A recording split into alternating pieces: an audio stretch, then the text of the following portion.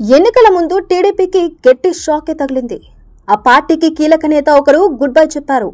ఇప్పటికే విజయవాడ ఎంపీ కేశినేని నాని టీడీపీకి రాజీనామా చేసి వైసీపీ తీర్థం పుచ్చుకున్న సంగతి అందరికీ తెలిసిన విషయమే.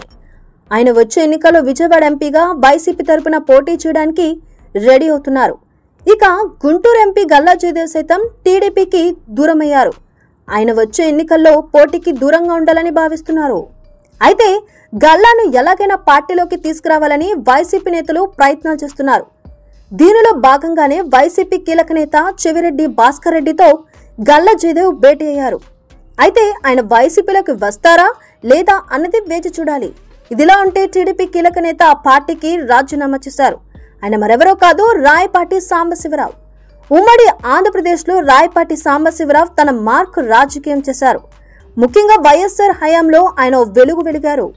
2009లో నర్సాపురం నుంచి కాంగ్రెస్ ఎంపీగా విజయం సాధించిన ఆయన రాష్ట్ర విభజన తరువాత టీడీపీలో చేరి మరోసారి నర్సాపురం నుంచి ఎంపీగా విజయం సాధించారు. టీడీపీలో చేరిన తరువాత ఆయనకు అసలు కష్టాలు మొదలయ్యాయి. పోలవరం కాంట్రాక్టుల నుంచి ఆయన మధ్యలోనే తప్పించి గట్టి షాకే ఇచ్చారు చంద్రబాబు. ఆ తరువాత కాంట్రాక్టులు ఇప్పిస్తామని చెప్పి రాయపాటి కుటుంబం దగ్గర నుంచి చంద్రబాబు, నారా లోకేష్ 100 కోట్లు వసూలు చేశారనే విమర్శలున్నాయి. ఇటీవలే రాయపాటి కుమారుడు రంగారావు టీడీపీ అధినేత చంద్రబాబు, ఆయన కుమారుడు నారా లోకేష్ పై తీవ్ర విమర్శలు చేశారు. తమ దగ్గర నుంచి చంద్రబాబు, నారా లోకేష్ 150 కోట్లు తీసుకున్నారని ఆరోపించారు.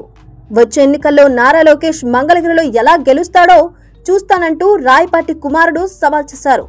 ఈ క్రమంలోనే రాయపాటి కుటుంబం వైసీపీలోకి ఎంట్రీ ఇవ్వాలని చూస్తోంది. జనవరి చివరికల్లా రాయపాటి కుటుంబం వైసీపీలోకి రావడం ఖాయమంటూ వార్తలొస్తున్నాయి.